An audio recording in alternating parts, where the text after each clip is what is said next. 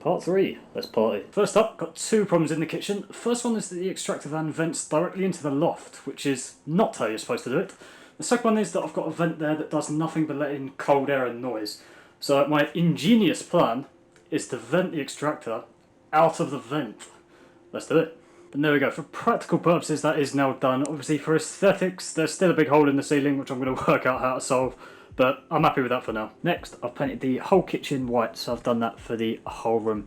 It was a bit of a toss-up really to go with white for the walls and then a kind of bright oak effect for the units and cabinets, which I've not done yet, which we'll do, or dark grey and then go with walnut countertops. So I went with the white. I'm not 100% satisfied with it yet. It feels very cold. I'm not quite sure if that's because of the colour or because it is genuinely mid-December, but yeah. Hopefully it will look nicer once I've got the worktops and cabinets in as well, but it's a lot better than the murky green that I had before, which you can see under there, which isn't great at all. I'll paint the rest of that eventually, but yeah, hopefully it looks better when it's all done. On the subject of cold, the flat has actually broken a record recently. Previously, prior to last weekend, scientists thought that the coldest you could be was minus 273, but it was actually minus 1,000 in here last Friday. First issue I noted was the extractor. I held my hand up to it and it was at least minus 100, and the reason for that is cold air was coming straight in through the vent and then out the bottom of the extractor. So I solved that by putting a backdraft excluder so it won't let air come in this way and only lets air go out that way into the vent, and that seems to have solved that one. Just realised, where I've put the backdraft excluder in there, I've still got a draft coming in through the gaps. I should have just definitely put the excluder in the wall so it goes all the way in. One day I'll do everything properly first time, but until then it's just continuous learning. And as you can see, that is mission success. So the gaps around the top blocked by expanding foam, absolutely nothing coming in, there's no draft there at all. And when the extractor fan is on, the vent flaps will blow open and then all the extraction can go out. So job done. And there we are. Mission complete. Next thing I noticed was a lot of cold coming in from behind the sink, so I stuck my camera down the back of it, and basically there was just a massive hole where the pipes came into the wall. What the builders should have done was cut a small hole around each pipe, but what they did was just cut out a massive rectangle. It was just kind of done out of laziness. So what I did is brought some expanding foam and sprayed it entirely to fill that hole. So I did unfortunately have to completely destroy the backboard to the cabinet. So now obviously once you put things here, they are just going to fall straight down if they go on top of that shelf. But that has solved the cold problem, so I'm happy with that. Next thing I noticed was a lot of cold coming in through the front door around the cracks around the edge. So what I did was spend £10 on this insulative adhesive strip, and I put those all the way around the door frame, and that seems to have blocked that draft, so that's nice and warm now. The final insulation problem is this black box here, and it's old as hell and it's taken a lot of research to work out what it is. What it is a centrifugal extractor, so an extractor fan that goes at a right angle, and basically loads of cold is coming in through this. I've asked around, spoken to the management, the previous tenant and all that. I don't think it needs to be there at all, so I am just going to completely disconnect it, cap the wires and fill it in with expanding foam. Let's do it.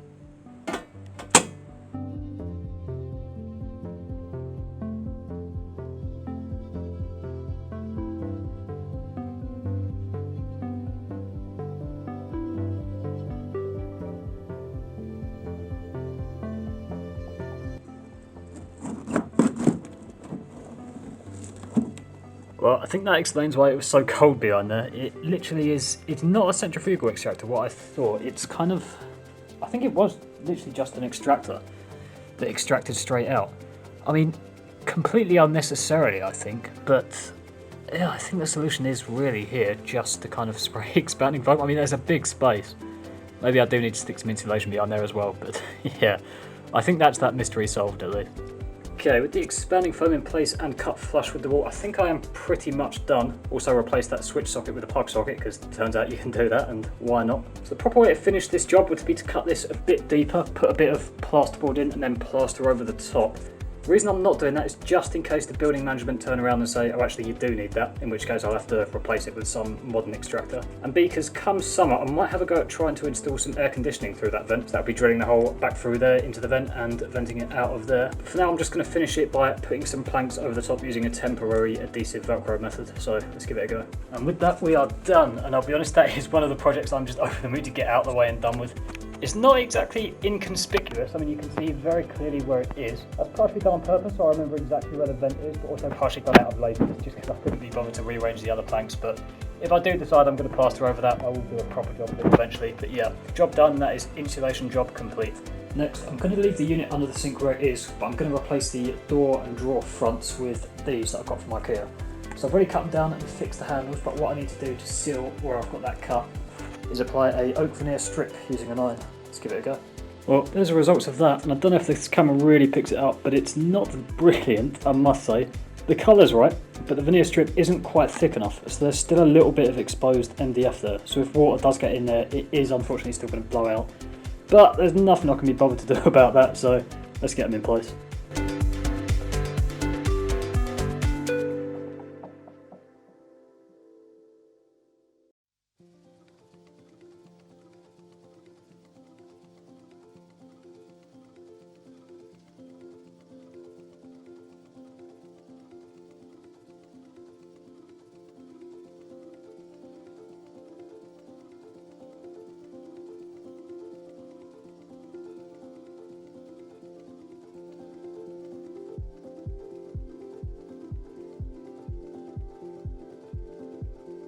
Okay, with the drawer front installed, I think we are now pretty much done. Is it perfect? Absolutely not. There are so many things wrong with it. For one, this handle is quite wonky at an angle, sort of pointing that way. For one, the cross there is not a cross at all. Another one, the doors are not quite cut down as much as they should do, and I can't be bothered to fix that now. That's the sort of job I'm only going to do when I'm epically bored. And again, when you pull this one out, at the moment the bottom of the drawer sort of drags along the top of the cupboard, so it could have done with being a bit higher really.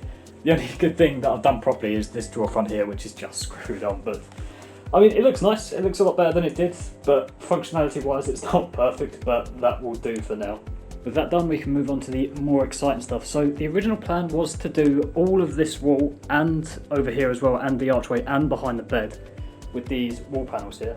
There's a bit of a disadvantage in that doing the TV wall alone is going to be 600 quid. So for all of that space, we are talking thousands. So the new plan, I'm still going to do this wall behind the TV with these planks. A, because I think they look better in general, and B, because they will actually serve a structural purpose in kind of running the wires along, tidying the whole thing up.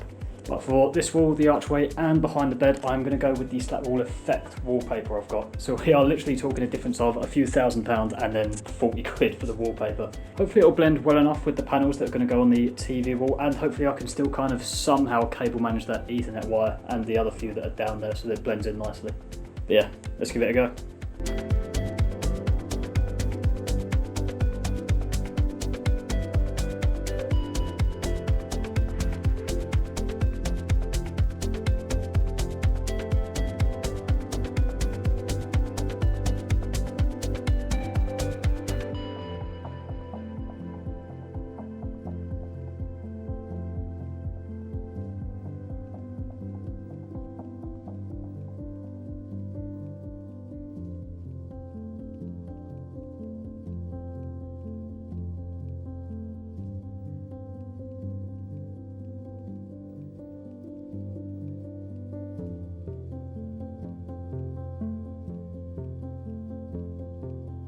Behind the bed is done, and as with everything I've done myself, it's not perfect. There are a few little nicks here and there that could have been tidied up, but I think that looks pretty good. For the 20 quid it cost, plus the like £3 for the paste, that is not bad at all. So to complete this now, I think a few bedside shelves maybe, and then a little bit of greenery to go along with the wood effect, and I'm quite tempted to do wood effect behind this wall as well. Even though I've gone to the effort of painting that white, I think that might look quite good there as well, and kind of complete the aesthetic. But yeah, really pleased with that. And it's up in the living room as well, so that goes all the way across this wall and then over the door frame as well. I'll be honest, I don't think it works anywhere near as well in here as it does in the bedroom. I think part of the reason for that is that old ancient intercom receiver that's just been yellowed by nicotine. That combined with the wallpaper I think just makes the whole thing look old. Also the fact that it curves around corners, I'm not entirely sure that was the best thing to do. I think it looks better on one single flat wall. I think the biggest reason is that there's no centrepiece in here, as opposed to in the bedroom, where the main feature is the bed and then the slats just kind of form a nice backdrop. And that look even better when I've got some vines coming down and then some sort of canvas in the middle there. Whereas in the living room there's nothing like that really, it's just kind of a very overpowering foreground, so I'm not going to go crazy and tear the whole thing down just yet. So I'm going to have a good think about what to do with the rest of this wall. So something clearly needs to go in the middle to kind of give it that big oomph. So I'm thinking something nanoleaf, either the light panels or the lines, all those nice wood effect panels, or maybe even just some canvases. Also, I definitely want to get some plants, be they fake or real. I think a nice big plant in the corner there so the hub can kind of hide behind it, and then coming up, and then some vines coming down as well. I think this will look really good with greenery. I think that's going to be a big part of it. and obviously replace that intercom. I've been meaning to do it for a while, but it's about 70 quid, the nice modern one I've got my eyes on, so that might take a little bit of saving yet. With that being said, I think I still am planning on doing the proper panels behind the TV wall. A, because there is a big feature on that wall being the TV, and B, because it will serve a structural purpose in running the wires down. Obviously need to tidy up that one around there, but yeah, that's still the plan. With that being said, I don't think it will look anywhere near as good as this panel wall does. Even months later after I finished it, it still continues to look great to me. Made a little addition to it in terms of the lighting, so you might just be able to see I've got a plug going up there, obviously going up and then round. And on my phone, I've got it connected to Govi. And there you go, it lights up there. So not a massively overpowering feature, but I think that looks really good balanced off against the PC on the other side. And now I've got some vines up as well, so I think that looks fantastic personally. I don't think there's really any need for like a central canvas or anything. I think the vines alone make an excellent background, so I'm very happy with that. And last up in this video we have the bathroom. So when I first moved in, this was comfortably the worst room in the flat. It was very grotty. I mean, they had carpet down in the bathroom which absolutely stank. The extractor fan didn't work at all, so the damp was just staying there, and the unit was kind of very old-fashioned as well. The colours were a bit grim. Whereas now, if we have a look, we can see straight away that I have a lovely new floor installed, so kind of wood panel effect. This one's even nicer than the one in the kitchen, I think. The panels are just a nicer colour, and they're closer together. And if we have a look, we can see the extractor fan is now working fine. Very annoyed that I wasn't able to solve that myself. There was a loose neutral wire in a connector block that I couldn't quite see, but the electrician sorted that. The biggest thing is we have a brand new unit installed. This is kind of an all-in-one toilet and sink unit. Much nicer than the one that was there previously. This wasn't something I was able to do myself. As much as I would have loved to have done everything, you kind of don't want to learn plumbing on your own when you've only got the one bathroom. So this was done by a local company called S3 Windows, so thank you very much to Adam and Tony for doing this for me, and all the floor as well, and it looks brilliant, I think. The only thing left to do in this video is install the big mirror up on the wall. And there we go, so full-length mirror to cover a decent fraction of the wall, to be honest, but yeah, clean and minimal, just how I like it.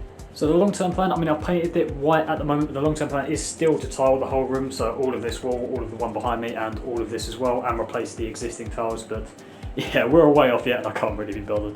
And that'll about wrap it up for this episode. So in the next one, I want to try and make this place a little bit more homely, because at the moment it's still very man cave. I'm going to start by getting a sofa in this back corner facing the TV. But that's all for this one, so leave a like, subscribe if you enjoyed, and I'll see you all next time. Cheers.